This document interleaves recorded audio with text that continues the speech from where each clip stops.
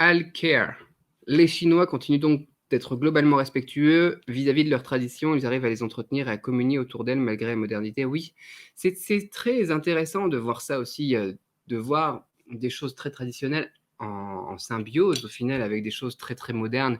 Mais tu peux le voir même dans les villes au niveau de l'architecture, tu peux le voir à Hong Kong au niveau des bateaux quand tu regardes le fleuve, ce genre de choses.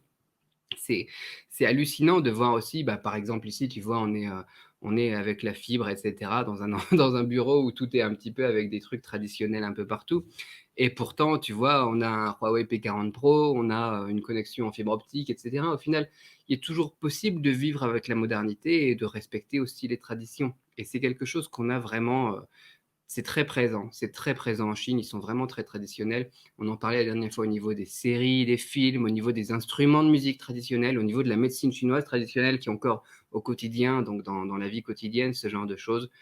Donc oui, la tradition est très importante. C'est-à-dire que les Chinois, après ça va revenir sur ce qu'on va évoquer aussi avec le taoïsme, avec le livre des changements, avec ce que je parle des tendances à chaque fois dans chaque vidéo, tu vois?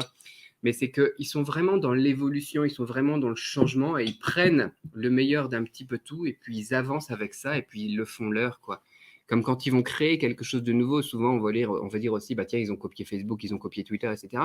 Alors qu'au final, ils ont pris le vieux truc des Européens, des Américains, et ils l'ont fait évoluer avec leur société en même temps. Et tu te retrouves avec un truc qui est inexplicable à des Occidentaux. Quand j'essaie d'expliquer WeChat ou Alipay, j'ai des réactions. Franchement, les gens, ils ont du mal à s'imaginer le truc que sur une application que d'autres compareraient avec PayPal, par exemple, tu puisses commander ton taxi, payer tes factures, emprunter de l'argent, payer ton crédit, payer tes légumes au petit marchand qui s'est mis sur le bord de la route, etc.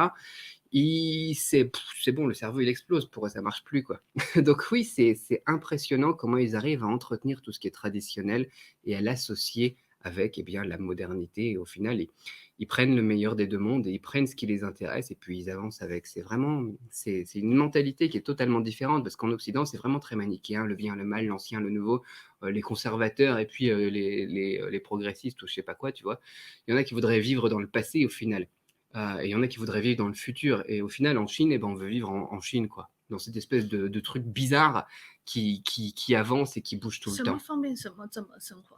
Bah ouais, c'est ça, que tout Choisir le mieux. ce qui est pratique, on prend le meilleur des mondes, c'est ça, on prend le meilleur des mondes de tous les côtés, de tout ce qu'on a, de tout ce qu'on a sur la planète, de tout ce qu'on avait dans le passé, de tout ce qu'on peut avoir dans le futur, et on avance avec ça. Et du coup, ça fait un truc qui est pas vraiment explicable, à part culturellement parlant.